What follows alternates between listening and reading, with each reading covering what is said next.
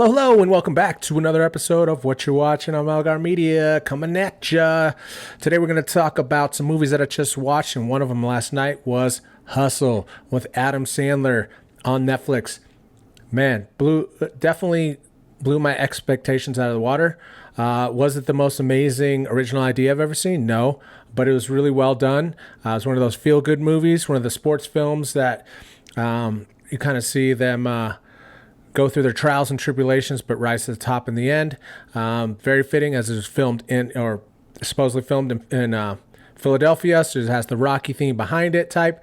And Adam Sandler, I just feel like he's really stretching out his range by doing these somewhat more serious movies, even though there's a lot of dry humor in this. I was thoroughly impressed by just the simple aspects that he brought to the table, and really knocked it home with just the whole storyline. And I felt like he was definitely in his zone. You know, he was definitely where because in his spare time in real life, he just loves the hoop. So I think that this was a dream come true for him, where he got to bring a lot of basketball players, real basketball players. Kind of gave me that blue chip vibe to the table, but also some really great actors from the 90s as well. So you had like Queen Latifah and just so many other like big names from that era. I was just really, really impressed, and I gave this one probably like 8.5 because I enjoyed it so much. The soundtrack is great as well. The basketball players, bringing them to the acting stage, they all did really well, especially the main character, Giannacho. I'm not even Hernan Gomez. I mean, I'm not a huge basketball fan. Obviously, you can tell, but Giannacho does an amazing job. Really, really, really good. And I recommend it. Go out and watch it. The next one we're going to talk about is Miss Marvel. Just dropping on Disney Plus. I got to say, I had some reservations about this show just because I'm not really, I'm into the teen versions of things, and if it's done right, that's kind of a guilty pleasure for me when I go to watch like Goonies and just the rise of, when you're going through adolescence type stuff. All American, that show, 90210, those are the things that I watched back in the day. So I like the little teeny bopper stuff if it's done right and has like adult concepts in the background. This one I was very hesitant about after seeing the previews and seeing the target audience that they had in mind. I have to say it fell mid-table. I don't know if it's because I had low expectations, but I thought it was well shot. Definitely gave me some Scott Pilgrim vibes in there, but the coloring, the costumes, everything was very Marvel-esque for, like I said, for the target market, but also for Marvel as a franchise as a whole. The canon and continuity so far, they've kind of just shown the existence of all the other characters and who she obviously looking up to Captain Marvel. So I give this probably my first episode, probably a 7. I will continue to watch it because you want to see how it fits into the big scheme of things, and obviously she's going to be playing a role in the Marvels that is taking place of Captain Marvel 2. So I definitely want to see her kind of origin story. It's looking good so far. We shall see.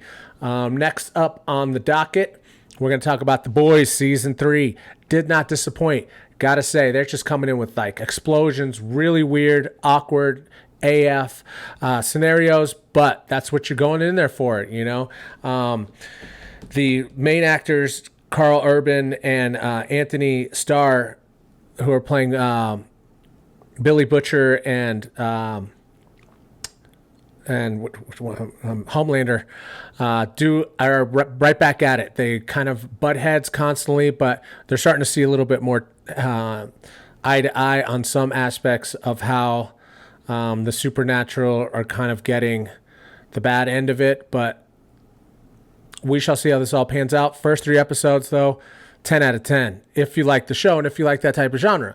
For me, yes. And I just don't think that this show is going to go anywhere anytime soon. Probably has like 4 or 5 more seasons left in it, I would think, at least. So yeah, I am high-fiving The Boys season 3, and that takes me right into another macho, testosterone-filled, guns-ho, Top Gun Maverick, man. The review for that, what more needs to be said? I'm a couple weeks late, even though I watched it the Thursday before it came out. I'm a little late with the review because just other things going on and a bunch of Star Wars content and everything like that. But anyways, there are excuses. I felt the need for speed. I thought that it was a great, phenomenal sequel. The score was just as good. I mean, Tom Cruise and Jennifer Connelly play the roles of lovers at this age and time after he's already been through the ringer really well. Miles Teller bringing it to the table. I'm really happy for this guy that he's playing in some really great roles right now. He's also doing the Offer limited series on Paramount Plus that has to do with the making of The Godfather. Go check that out. But he does really well in this and steps into Goose's son's role just flawlessly. They reenact some scenes, they mirror some scenes, I should say, and it's not overdone, and you're not like, oh, they had to throw this in there for nostalgia. No, I thought that everything was really fresh. The storyline was great, and I'd be okay if it ended there.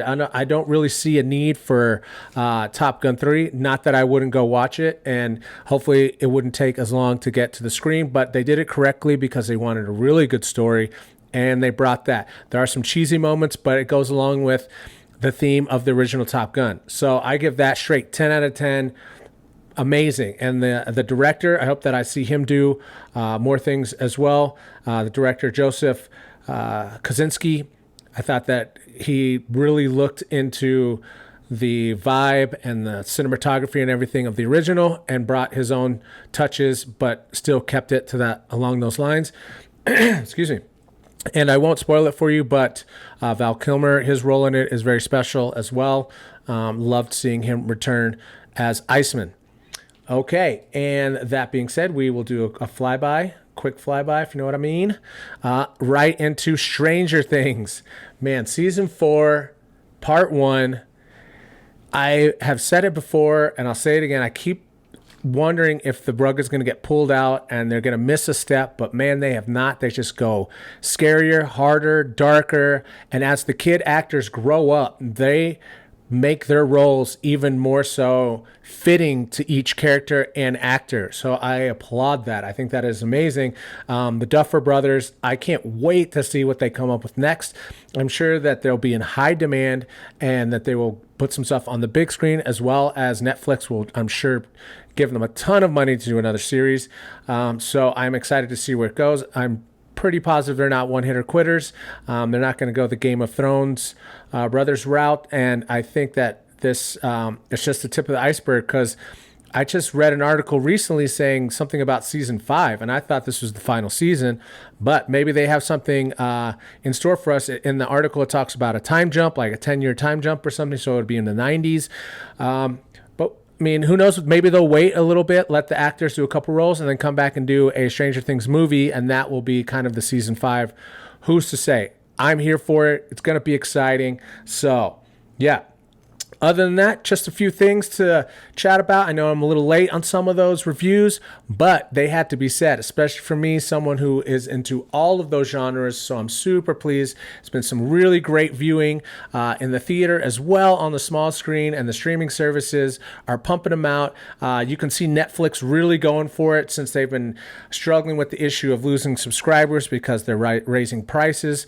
So they're really trying to put forth an effort to show you why they should be an elite streaming service. I'm not fully convinced yet because I'm sure all this stuff was in store in hand already. We'll see what they come out with their newer stuff to judge, and kind of, and they're talking about doing a lower tier with ads, and that they might also go back to weekly release. Please don't do that, because that is one of the reasons why people are still holding on to your service, is that you can just binge these great shows immediately. The minute they're dropped, I'm watching it. I want to be on here sooner than I am right now. But also, I don't want ads. Like, why am I, like, I feel like we're just going to go right back to cable. Like, what did we cut the cord for? If we're basically going to get upset and want to just bundle it all together, just like cable used to be. We're just going to cut out all like the Food Network and stuff like that channels. Anyway, Here nor there, that's my little rant. But hopefully this all continues. There's all this great viewing. Don't forget to smash a like on the video. Tons more content coming out. There's so much new stuff coming out this summer, and we're following as well as the Star Wars. All the Star Wars content will be over on my other show, which is the Scruffy Nerf Herder Show with my friend Boogie Bills. His link and stuff will be below as well. Don't forget to check that out if you like Star Wars and all that content. But yeah, take care of yourself. Enjoy. I say it every time, you know, whatever season is, but this summer it's going to be hot, hot, hot. So keep watching, and I will talk to you guys soon. Malgar Media out. Peace.